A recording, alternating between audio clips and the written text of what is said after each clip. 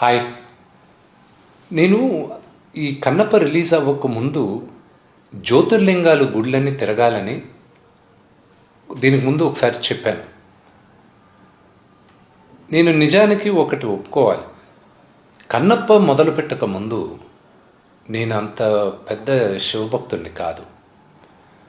నేను ఆంజనేయ స్వామి భక్తుడిని. నేను ఎప్పుడు హనుమాన్ చాలీసా చదువుతుంటా ప్రతిరోజు ఈ రోజుకి.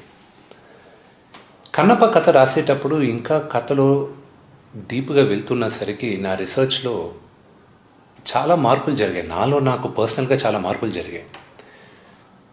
ప్రస్తుతానికి నేను ఒక శివలేల్లో బతుకుతున్నానన్న నమ్మకం నాకుంది. ఇప్పుడు ఈ జ్యోతిర్లింగాలంటే ఏంటి, జ్యోతిర్లింగాలు ఎందుకు తిరగాలి, ఇవన్నీ నేను కనుక్కొని నాకు నేనే ఈ జ్యోతిర్లింగాలు తిరగాలని అనిపించి కన్నప్ప రిలీజ్ అవ్వక ముందు ఈ 12 జ్యోతిర్లింగాలు, ఈ పుణ్యస్థలాలు తిరగాలని అనిపించింది నాకు. చాలామందికి జ్యోతిర్లింగాలంటే ఏంటి నాకు కూడా ఈ మధ్యకాలం దాకా నాకు తెలియలా. సో నాలాగా తెలియని వాళ్ళకి జ్యోతిర్లింగాల గురించి చెప్పాలన్న ఉద్దేశంతో నేను ఒక సిరీస్ ఆఫ్ వీడియోస్ చేయబోతున్నాను. మనం ఇప్పుడు ఉండేది కలియుగంలో. ముందు కృతయుగం, దాన్ని సత్యయుగం కూడా అంటారు.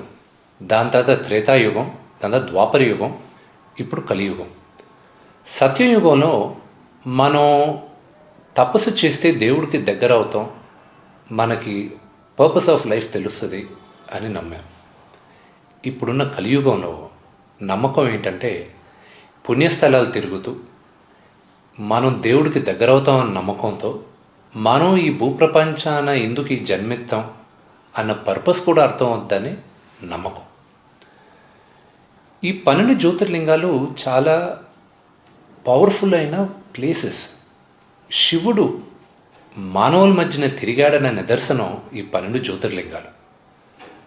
అక్కడ కేదార్నాథ్, హిమాలయాస్ దగ్గర నుంచి ఇక్కడ రామేశ్వరం దాకా 12 జ్యోతిర్లింగాలు ఉన్నాయి భారతదేశం అంతా.